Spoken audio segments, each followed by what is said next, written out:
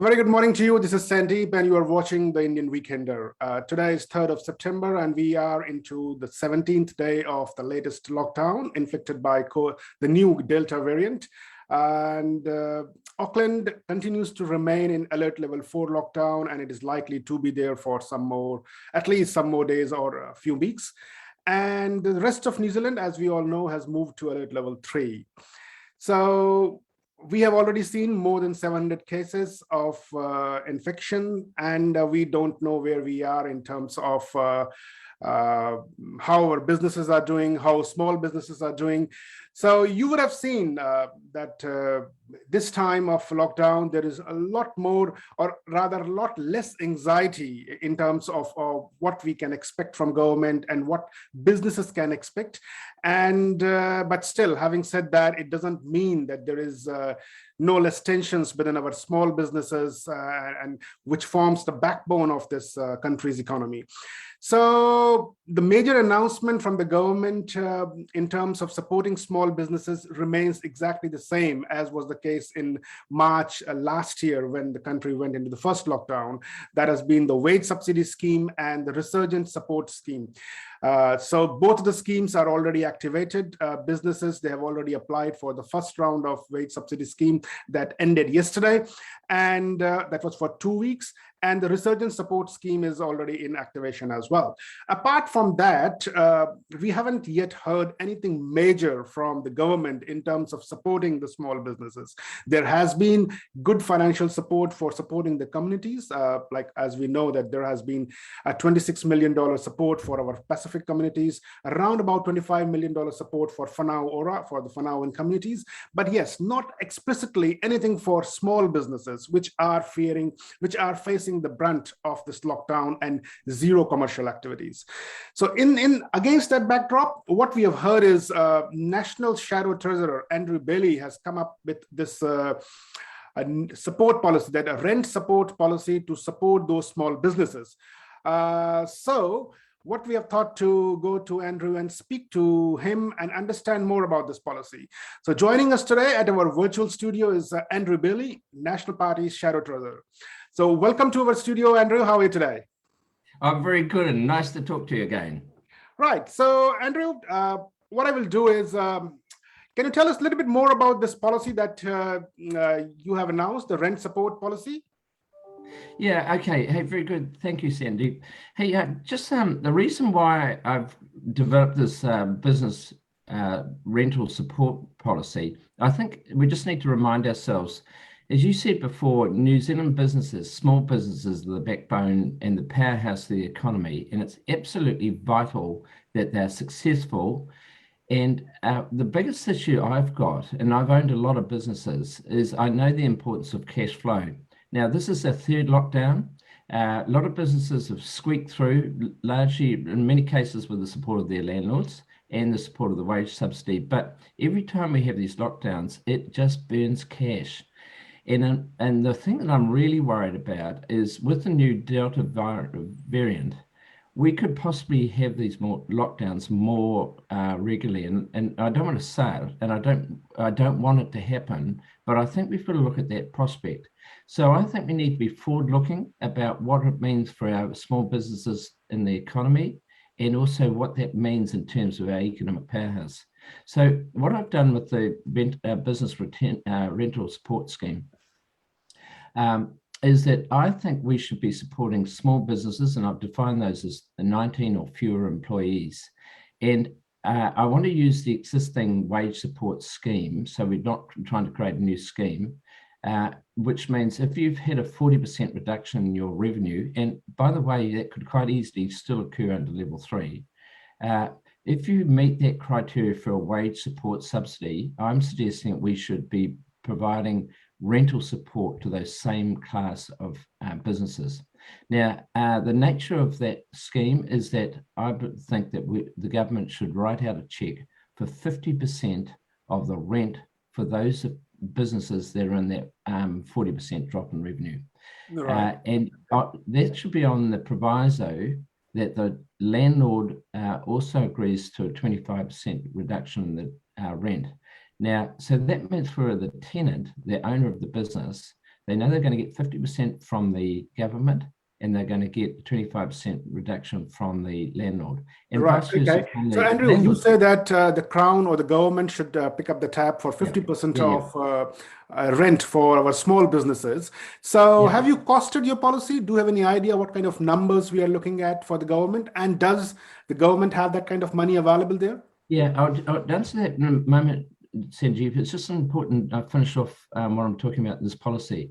So from the landlord's perspective, it means that they know that they're going to get 75% because the tenant's still on hook for the 25% and the Crown's writing on the check. The one big difference we've got, and this is where I think the government has been totally wrong talking about mediation. What we need is a process for businesses to be able to get to a quick resolution with their landlords. So we're talking about supercharging the arbitration process, which means there's a binding resolution to the dispute. And I think we're not going to mandate that the landlord has to agree to a 25% reduction. That's the expectation, because in some cases, landlords have been very, very generous, and I want to acknowledge that. So if you've, for instance, if you've got a landlord who's given 100% deduction in the last 2 lockdowns, and then, hey, presto, this time round or the next time round, the tenant's saying, well, I want you to do more reduction, that might be actually unfair.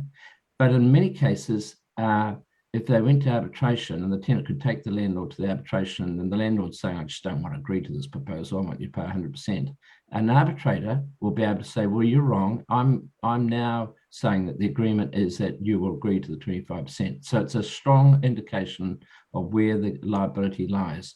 And that is the key part. The mediation is a waste of time. The government keeps talking about mediation. So coming back to your question, Sandeep, I worked through this, and interesting, it's the scale of companies already applied under the wage subsidy. This shows you how vulnerable our small businesses are. About 200,000 companies have already applied, representing about 780,000 employees. Right. My estimate is this would cost between about 150 and 200 million a week. Now, to put that in context, we are currently, this lockdown is currently costing about 1.6 billion a week through the wage subsidy and the resurgent fund. And as I said before, you could say, well, 200 million. Well, actually, in the scheme of things, it's actually quite a small amount. And I think it's something that's vitally important, because what I don't want to see going into 23 is a whole lot of companies that have failed, a whole lot of people have been made unemployed, and actually we end up paying for them anyway because they're on the unemployment benefit, which is under a different name, but effectively that's what the job seeker benefit is. And already, just to put in context, we lost 50,000 people from March last year, from the first lockdown, who are still on the job seeker benefit now, who are not yet back in work. And that is an appalling statistic.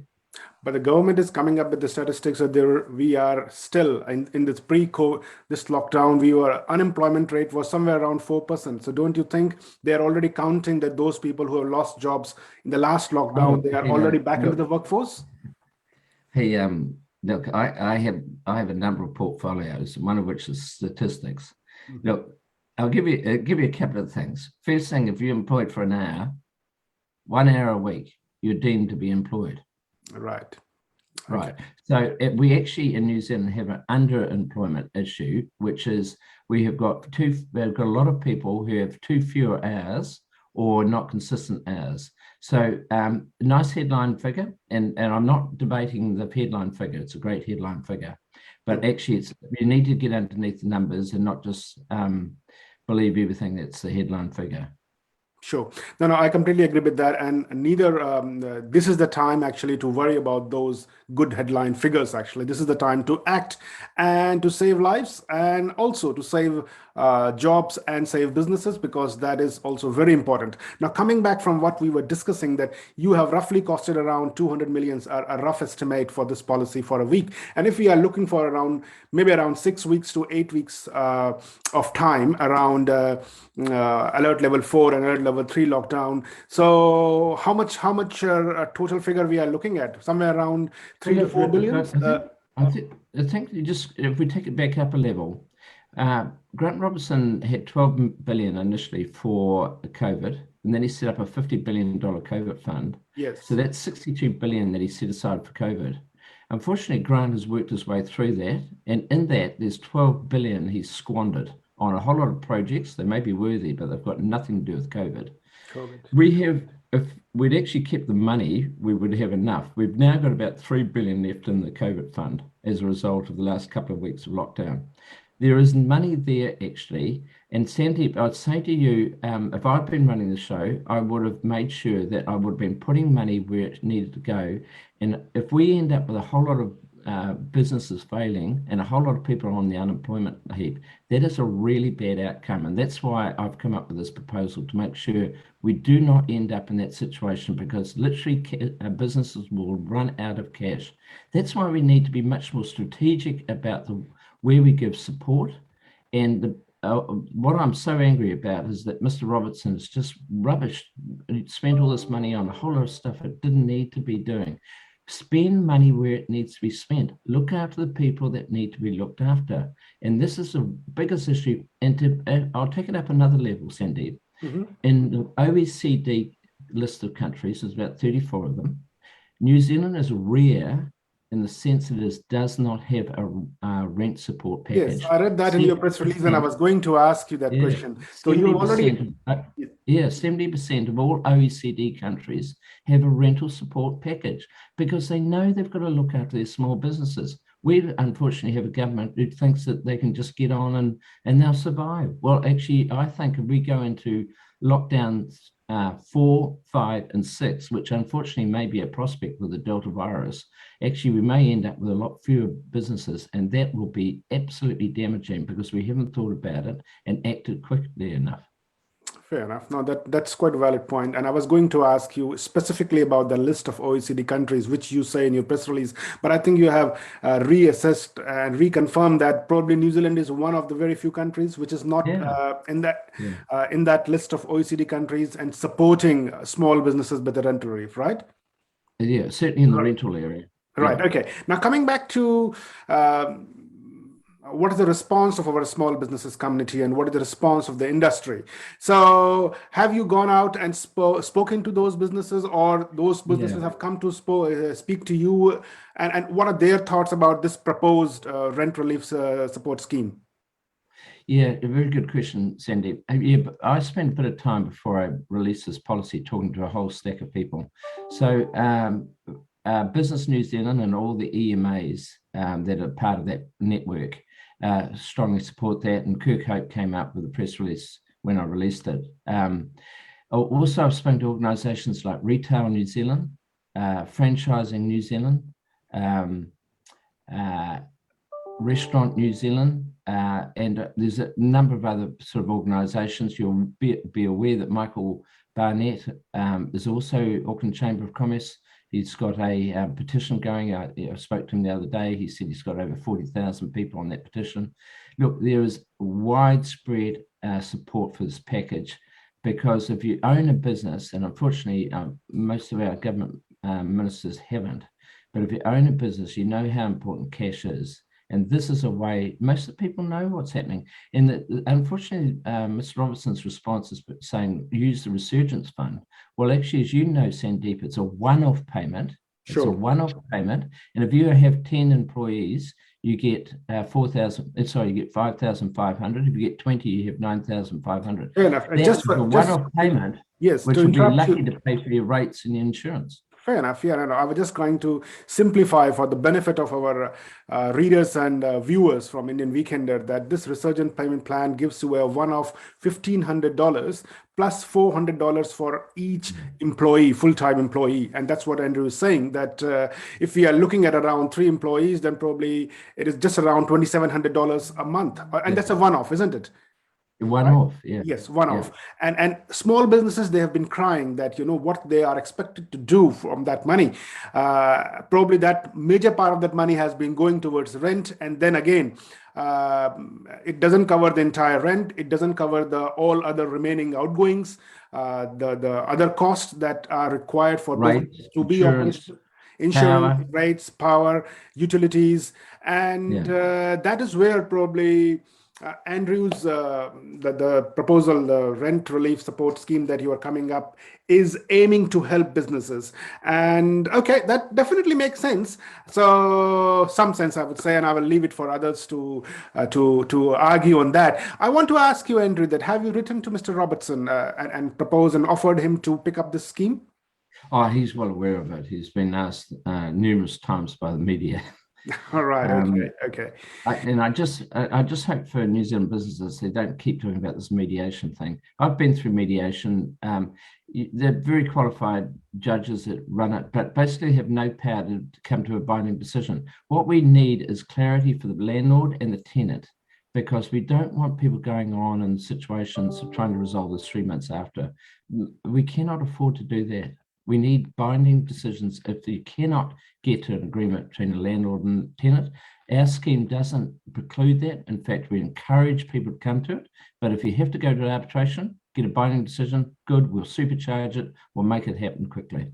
Right, fair enough. And the whole idea is to create more certainty, because I think that is one of the most important thing that our small businesses they need. Like in the current uncertain times, as you have rightly said, that probably now New Zealanders should come out of I would say that utopian image that COVID was a one-off thing. I think we all kind of agree that we are going to live with this COVID and the lockdowns in near future as well. So probably we need to see more maturity coming in every aspect of governance, and we need to gear up and create more uncertainty for every, and small businesses, they are one of the most important component of New Zealand's economy.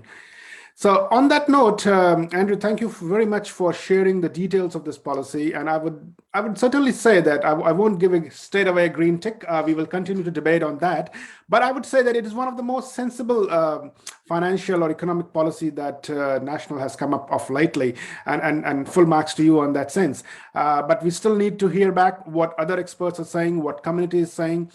So on that note, I will just ask you, do you have any final comment to make today before I let you go? We should talk more, because during the last election, we announced a mental support package for small businesses, which we've reactivated. And the second element, my colleague, Todd McClay, has been pushing the issue around startup businesses.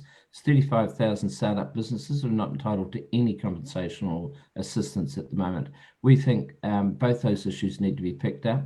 So it'd be quite good to come back and talk about those at some point. Yeah, sure, definitely. And one more pending issue that's giving you a heads up, and probably I will go and speak to Grant Robertson as well about this, that when this resurgent plan was announced last year, I think March 2020, what we have seen is that we haven't seen any innovation in that resurgent plan or wage subsidy. Like we are 18 months away from that time. Well, at that time, COVID was a shock. It was a sudden shock. So we do understand that the policies were developed on the hoof, and which has largely served New Zealanders quite well. But the thing is that we as Indian Weekender, we have been talking to a lot of small businesses actually who have jumped into business ownership in last, say, 18 months of this hiatus between last lockdown and now. And what they're finding is that suppose somebody who has started his business probably 3 months ago, and the current resurgent plan is not in a situation to help them. So yeah, no, that's the point, Sandeep. That's why there's 35,000 of those businesses, and that in many cases they'll be quite viable, but they simply, because they're younger than 6 months old, they don't get any support at all. We just think it's wrong. So I think in that space, I think, well, government is doing well in managing COVID and the infection, but I think they need more. They need to do more in terms of innovating on those policy. And I think, yeah, you bring a good policy. I encourage you to write to Robertson as well, although he would be aware, but yeah, do your part and let's see where we land. So thanks for your time today, Andrew. And as you say that we will come back and discuss more often in near future. Thank you very much.